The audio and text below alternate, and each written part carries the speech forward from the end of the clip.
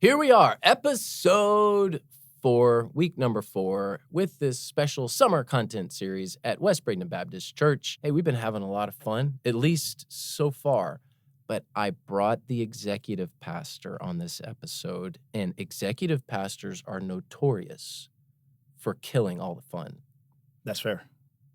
Yeah.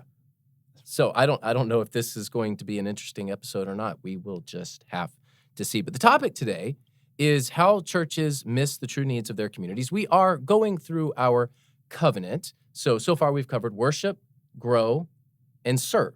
And we're taking a couple of weeks to camp on serve. We'll get to the rest of our covenant here later in some of the episodes. But Tim Stevenson is our executive pastor. Tim, tell us something really wild about yourself. So here's the thing, I'm such a good executive pastor. When we came here today, I want to serve you. And I know that you like to talk. And so you probably have a really dry mouth. So I made sure that I brought you some bubble gum so that you don't have to have dry mouth. And it's special bubble gum, so you can... No. Okay. I hate gum. I despise No, Sam, you were gum. missing out. You don't understand. Oh, no, don't do that. This is not an ASMR video. This is not church. Here's the thing. I eat gum every day. This is watermelon. This is really going to help your dry throat. I smell it. Don't do You want some? People are tuning out. People are tuning in for all the wrong reasons. Are you telling me you don't like gum? I don't like gum. No. Not even watermelon gum? No. But what about your dry throat? I do have a slight cold, but I'm better off with that. Okay, enough. Spit. They just went everywhere. Sorry. Spit that out. I was trying to serve you well. In my house, my kids, if I will, I smell that watermelon. So if I come home and my kids, I just happen to walk in and they didn't know I was going to walk in and they're chewing gum, they don't even have to I don't have to say anything. I just spit it out anyway. Yeah. They're the only food available in hell will be chewing gum. Except watermelon flavor. Yeah. You're the one that just ate it. All right. In all seriousness, what happens? Okay, so the church is in a community, in a location, for a specific reason. And every church has an address. That address is not an accident. We're at 1305 43rd Street West. We have another campus at 17th and 17th. And God gave us those addresses. I believe he wants us to minister here. Mm-hmm. But a lot of churches kind of miss that. Why? Solve everyone's problem. Well, and here's the thing. I think a lot of people are really well-intentioned, but they think that if they just help, then it's going to be good and they're going to benefit and people are going to grow and all that. So I like gum. I want to give you gum. Therefore, it's going to be helpful. But I don't necessarily think about the fact that maybe that's not what you need or maybe that's not what you want. So wait. You're telling me that the church does not need my 25-year-old sofa? Or your outdated pantry food. Mm. I've had the pounding. We call that a pounding. Yes. Yeah. I've been pounded before, which means people brought me goods. And yeah, as a new pastor, not this church, and some of the canned goods were expired, which means they'd been in the pantry for a while. But they're yours now. They were, yes. Yes, they were.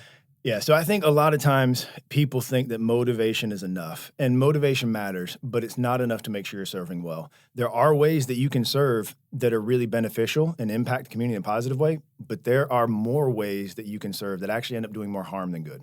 Okay, give me an example. What do we try to do here at our church to avoid that?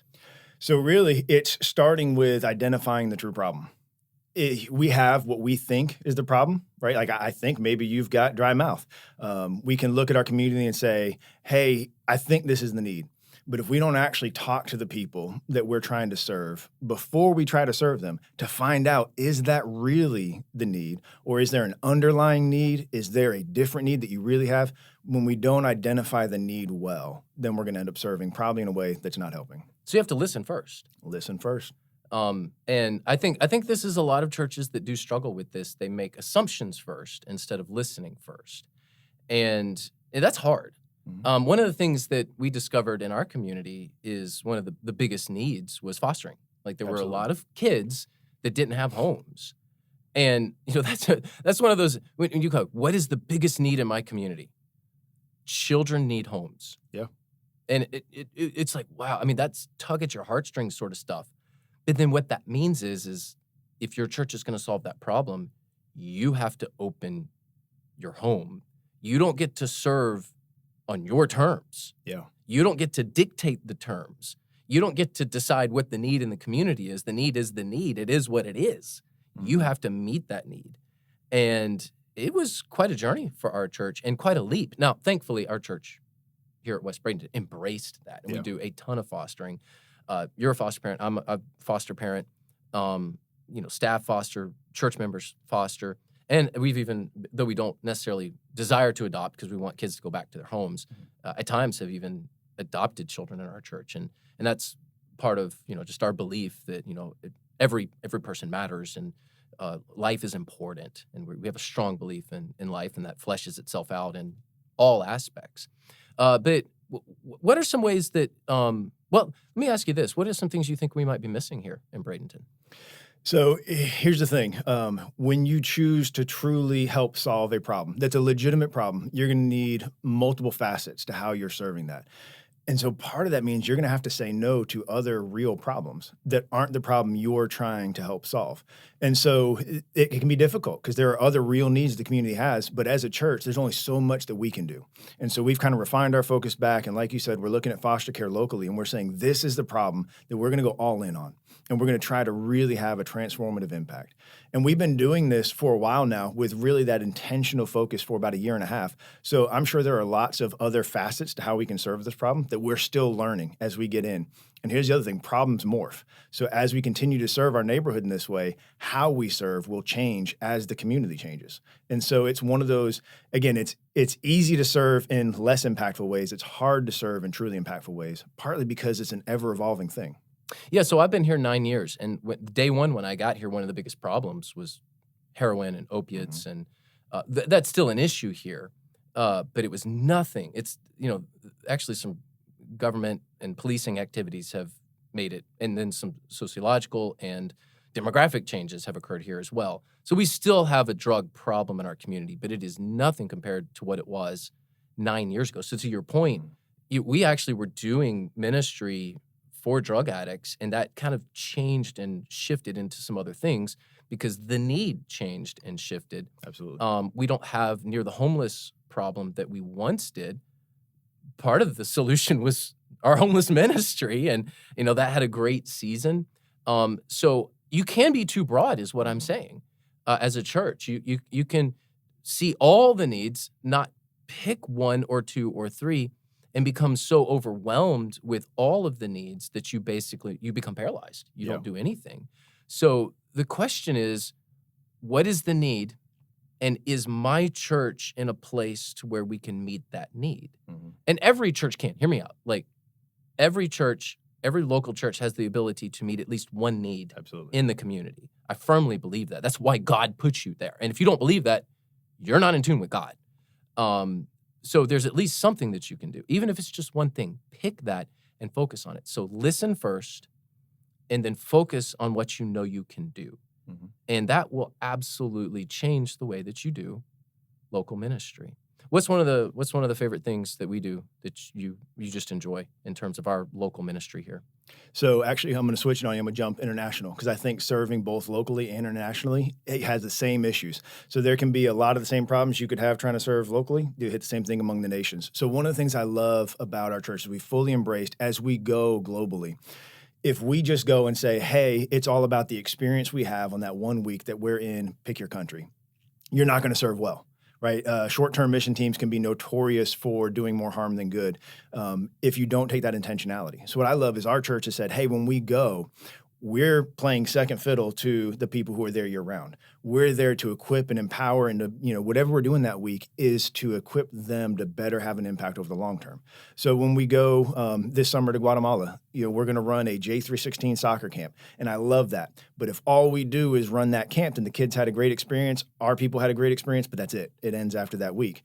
But what we're doing is we're going to have 10 pastors from local churches come, and they're going to help us run the camp. And then we're going to equip them with the resources to go back to their communities and run these camps year-round for outreach and discipleship. So that's an example of how you can take a trip that's fun for your people, but also make it transformative for the context you're going into. So we call ourselves a neighborhood church for the nations. So half the vision is for local ministry, half the vision is for international ministry. Tim's our executive pastor. He also oversees all of our mission work. You see what I Serving the see, nations. See what I did there? Yeah. See what I did there? And we're not a gigantic church either. We're not a mega church, certainly, not even close. And we have figured out the things that we can do. Mm-hmm. So I think, how do churches miss the needs of their communities? One, they're not listening well. And two, they become overwhelmed with everything and they don't just focus. Yeah.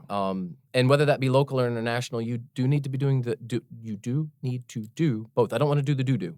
Yeah, no. It makes for awkward radio and TV. Especially some here like that. Yeah, exactly. Yeah, well, you were chewing gum earlier. Maybe different levels. Anyways, every local church has a global mandate. Yes. Don't miss that. And you don't want to miss the next episode either, because we're going to do a special episode. And it's going to be the most controversial one yet. Should churches celebrate Independence Day? With bubblegum? No. Stay tuned to the next episode. Give us a thumbs up. Give us a comment if you enjoyed the episode, or even if you didn't. It's fine. We'll be glad to engage you. And if you're in the Bradenton area, we'd love to have you at our church. westb.org is where you can go to find out more about us. And hey, next week, July 4th, we're going to be talking about it.